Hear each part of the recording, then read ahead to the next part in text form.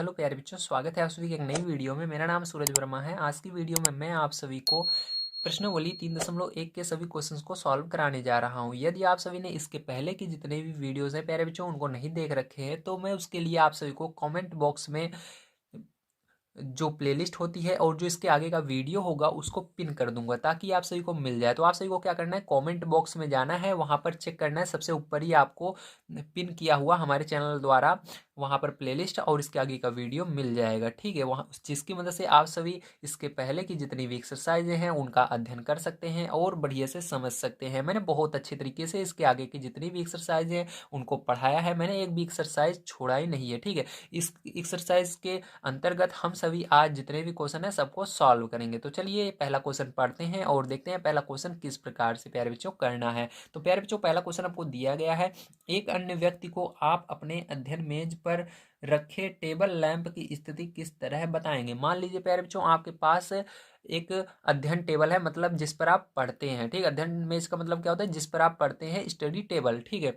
जिसके अंदर एक लैंप होगी, जैसे कि यहाँ पर देख सकते हैं मेरे पास एक लैंप है, मैं आपको दिखा देता हूँ। ठीक है, देखिए ये एक लैंप है। ठीक है, ये जल रही है ना, इस तरह से एक लैंप है। इस तरह से मान लीजिए आपके टेबल पर भी कोई लैंप रखी हुई है। ठीक है, जैसे यहाँ पर आपने देखा ये लैंप मेरी। ठीक है, अब यहाँ पर देखिए आपको उसको बताना है कि आपके मेज पर लैंप कितनी दूर पर है। ठीक है, और उसकी स्थिति बताना है। तो आप कैसे बताएंगे, इसके बारे में आपसे इस क्वेश्चन में पूछा जा रहा है। तो प्यारे बच्चों उसके लिए क्या करेंगे, ध्यान से समझिएगा। ठीक है, यहाँ पर आपको उसको बताने के लिए चलना पड़ेगा कॉपी पर। तो इस तरह से हमने क्या किया है, यहाँ पर एक मेज बना लिया है और एक लैंप ले लिया है जो कि हमारा मान लीजिए ये मेज है। ठीक है, इस तरह से, और इस पर ये एक लैंप है। अब यहाँ पर हमको बताना है अपने भैया को कि हाँ मेरा अपने भाई को कि भाई देख मेरी जो लैंप है इतनी दूरी पर है। ठीक, तो उसके लिए किसकी जरूरत पड़ेगी, सीधी सी बात है, स्केल की जरूरत पड़ेगी। आपको मापना पड़ेगा। जी हाँ, हम स्केल की मदद से वहां पर मापेंगे। ठीक, तो सीधी सी बात है। देखिए यहाँ पर मेज कितनी छोटी दिख रही है, इतनी छोटी से, तो असल में मेज इतनी छोटी थोड़ी ना होगी, उसके अंदर तो आपकी बुक ही नहीं आएगी। ठीक है, असल में जब मेज देखेंगे तो बहुत बड़ी होगी। ठीक है, तो इसके अंदर मैं आपको एग्जाम्पल के अंदर से छोटा सा समझा रहा हूँ, लेकिन असल में क्या आएगा आपका सेंटीमीटर, तो उसको आपको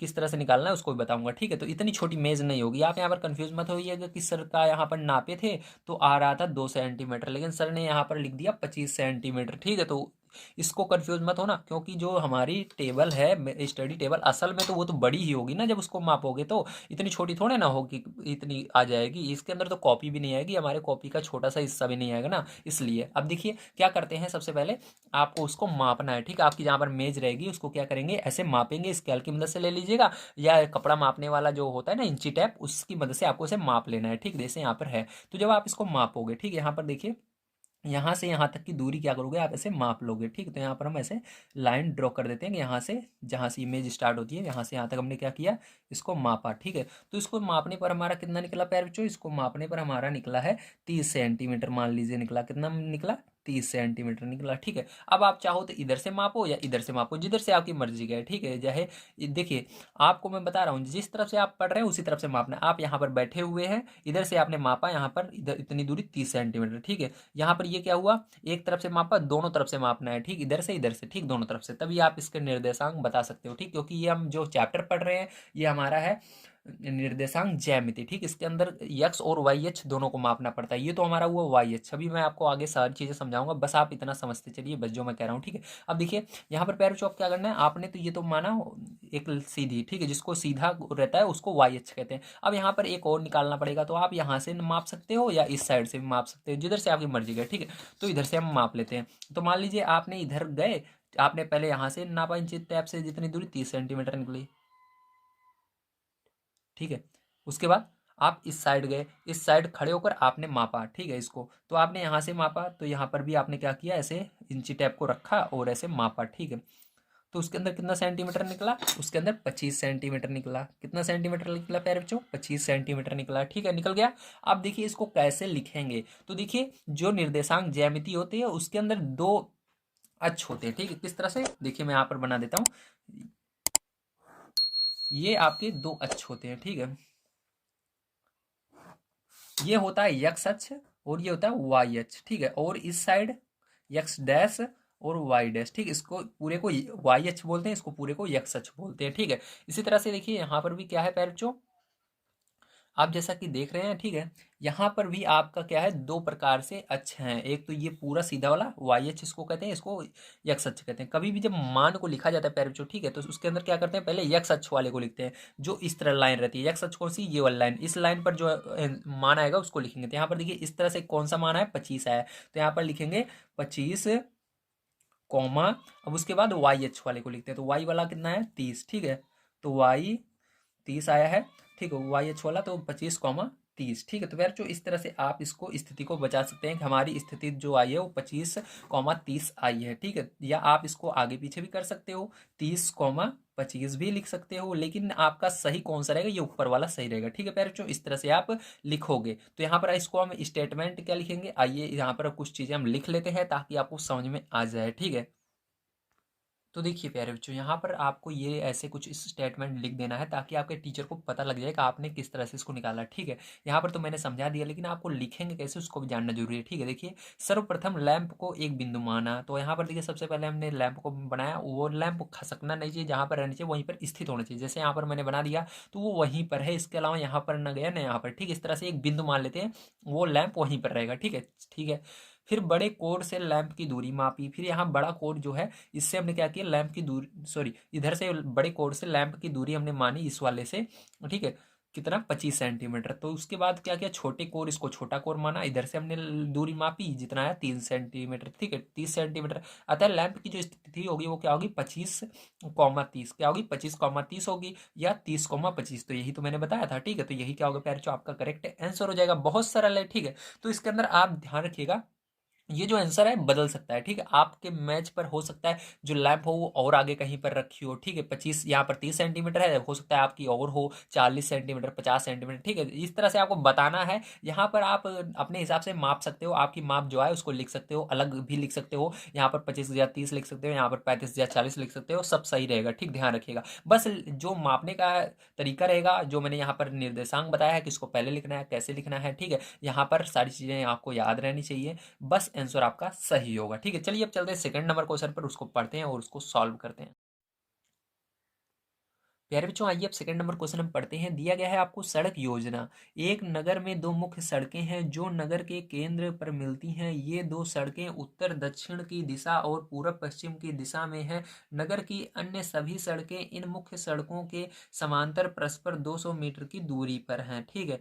प्रत्येक दिशा में लगभग 5 सड़कें। इसका मतलब यह है कि यहाँ पर कोई नगर की एक योजना होती है, ठीक है, जैसे सड़क बनाने की योजना नहीं होती है, वहां पर सड़क बनाने की योजना होती है, सड़कें बनती हैं दक्षिण, किस किस दिशा में बनती है, उत्तर दक्षिण में बनती हैं और पूरब पश्चिम, यानी चारों दिशाओं में सड़कें बन रही हैं, ठीक है। अब यहाँ पर देखिए आगे क्या कह रहा है, मुख्य सड़कों के परस्पर समांतर परस्पर 200 मीटर की दूरी पर है। मतलब जो मुख्य सड़क होगी, सबसे बड़ी सड़क, हाईवे जिसको कहते हैं, उससे जो छोटी वाली सड़कें होंगी वो 200 मीटर की दूरी पर हैं, ठीक है। प्रत्येक दिशा में लगभग 5 सड़कें, यानी हर एक दिशा में कितनी कितनी सड़कें हैं, 5-5 सड़कें गई हुई हैं। 1 सेंटीमीटर बराबर 200 मीटर का पैमाना लेकर अपनी नोटबुक में नगर का एक मॉडल बनाइए। यानी 1 सेंटीमीटर बराबर 200 मीटर, जैसे आप 1 सेंटीमीटर दूरी पर सड़कें बनाएंगे, एक सड़क यहाँ पर होगी, 1 सेंटीमीटर पर यहाँ पर होगी, तो इनके दोनों के बीच में 1 सेंटीमीटर है, लेकिन ये यहाँ पर दिया गया 1 सेंटीमीटर पर 200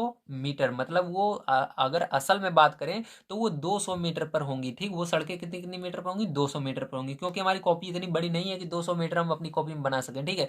यहाँ पर 1 मीटर ही नहीं बन सकता जल्दी, तो 200 मीटर क्या बनेगा, ठीक है। तो यहाँ पर इसलिए हमको क्या करना है, 1 सेंटीमीटर बराबर 200, ताकि छोटे से इतनी दूरी में हम दिखा सकें, ठीक है, इसलिए हमको ये कहा गया है। आगे देखिए, सड़कों को एकल रेखाओं से निरूपित कीजिए। अब जो सड़कें रहेंगी उनको एक रेखा से निरूपित करना है, ऐसे नहीं बनाना कि ये इस तरह से सड़क बना देना है पूरा रंग करके, नहीं, केवल एक रेखा खींच देना है, वो सड़क बन जाएगी, ठीक। अभी मैं आपको दिखाऊंगा बना करके किस तरह से बनाना है, ठीक। पहले क्वेश्चन को हम पूरा कंप्लीट कर लेते हैं। तो चलिए आगे देखते हैं। यहाँ पर दिया गया है, आपके मॉडल में एक दूसरे को काटती हुई अनेक क्रॉस स्ट्रेट चौराहे हो सकते हैं। मतलब उसके अंदर जब एक सड़क इधर गई है तो एक इधर गई है, तो उसके अंदर कहीं ना कहीं तो चौराहा बनेगा, ये सीधी सी बात है ना। एक सीधी लाइन को जब एक सड़क को दूसरे सड़क काट देती है तो वहां पर चौराहा बन जाता है, आपने चौराहा देखा ही होगा, ठीक है।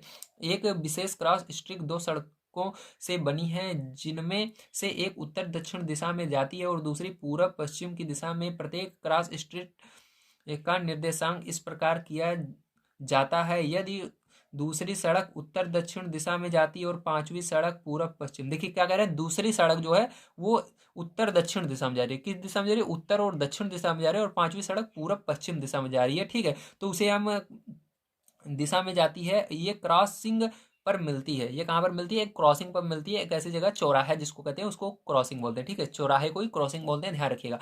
तब इसे हम क्रॉस स्ट्रीट 2,5 कहेंगे। क्यों, क्योंकि ये दो, यदि दूसरी सड़क, कौन सी सड़क है, दूसरी सड़क जो है उत्तर दक्षिण में, और पांचवी सड़क, इसलिए यहाँ पर दूसरी से 2 हो गया और पांचवी से 5 हो गया। समझ गए। इसी परंपरा से यह ज्ञात कीजिए कि कितनी, पहला नंबर, कितनी क्रॉस स्ट्रीटों को 4,3 माना जा सकता है। दूसरा नंबर, कितनी क्रॉस स्ट्रीटों को 3,4 माना जा सकता है। ठीक, तो सबसे पहले आपको क्या बनाना है, मॉडल बनाना है सड़क का। तो देखिए सड़क का मॉडल मैंने यहाँ पर बना रखा है। इस तरह से आपको सड़क का मॉडल बनाना है। किस तरह से बनाना है, ध्यान समझिएगा। सबसे पहले आपको 2 हाईवे लेने हैं बड़े, जैसे कि यहाँ पर देख सकते हैं, ये नॉर्थ और साउथ। ठीक है, ये पूरब, ठीक है, नॉर्थ साउथ वेस्ट ईस्ट। ठीक है, तो यहाँ पर देखिए आपका ये पूरब पश्चिम और उत्तर दक्षिण, ठीक, इस तरह से आपको लेने हैं। ठीक, पूरब पश्चिम उत्तर दक्षिण इस तरह से ले लेने हैं। और ये क्या है, आपका मेन हाईवे है, मेन सड़क है।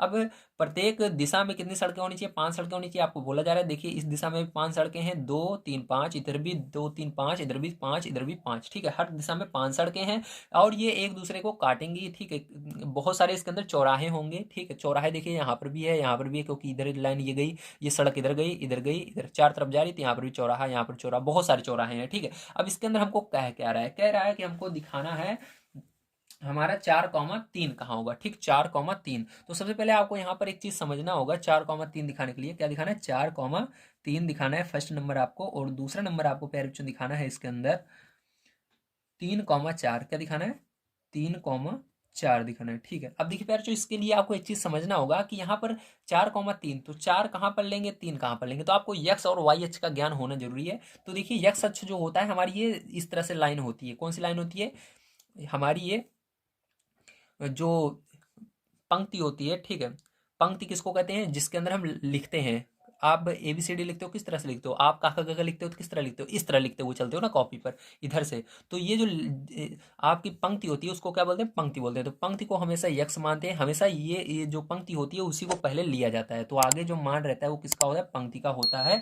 ठीक है, यक्स अक्ष का होता है। तो यहाँ पर 2 अक्ष होते हैं, ये वाला आपका यक्स अक्ष माना जाता है, यहाँ पर वाई अक्ष माना जाता है। आप इसके अंदर यही पढ़ेंगे। ठीक, इस चैप्टर के अंदर ये यक्स अक्ष होता है, ये वाई अक्ष होता है, सीधा वाला। ठीक है, तो हमेशा कौन सा मान लेना चाहिए, पहले यक्स अक्ष वाला लेना चाहिए। यहाँ पर कभी भी आपको इस तरह से दिया रहे 4,3 5,2, तो हमेशा ये आगे वाला जो मान होता है ये किसका होता है, यक्स अक्ष का होता है। मतलब इस तरह से जो लाइनें रहेंगी उनका होगा। ठीक है, और दूसरे नंबर पे जो रहेगा वो वाई अक्ष का होगा, मतलब सीधी लाइनों का होगा। ठीक है, अब हमको यहाँ पर देखना है 4 4 से मतलब हमें हमारी 4 नंबर की सड़क कहाँ पर है। 4 नंबर की सड़क किधर देखेंगे, इस लाइन पर देखेंगे, इस लाइन पर देखेंगे, जल्दी बताओ। तो 4 नंबर की सड़क हम सबसे पहले इस तरह से इस वाली लाइन पर देखेंगे, यक्स अक्ष पर देखेंगे, जो इस तरह से लाइन है। ठीक है, तो 4 नंबर की सड़क कहाँ पर है, देखिए इधर।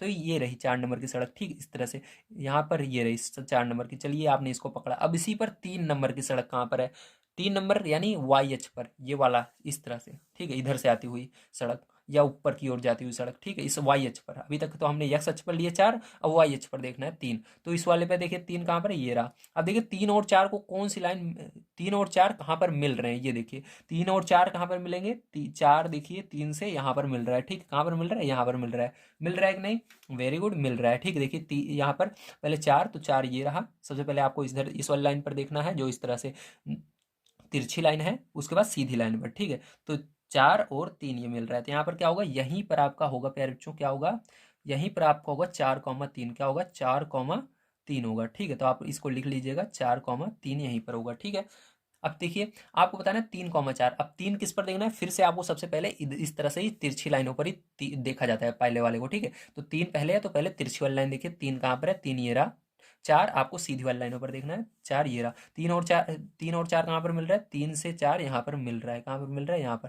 तो यहीं पर क्या होगा प्यारे बच्चों, 3,4 होगा। क्या होगा, 3,4 होगा। ठीक है, तो उम्मीद है प्यारे बच्चों आप सबको समझ में आया होगा किस तरह से इसको दर्शाया जाता है। ठीक है, आज की वीडियो में मैंने आप सबको प्यारे बच्चों जो आपका, ठीक है, ये वाला क्वेश्चन है पूरा कंप्लीट करवा दिया है। इसके अंदर अब कोई भी समस्या नहीं आनी चाहिए।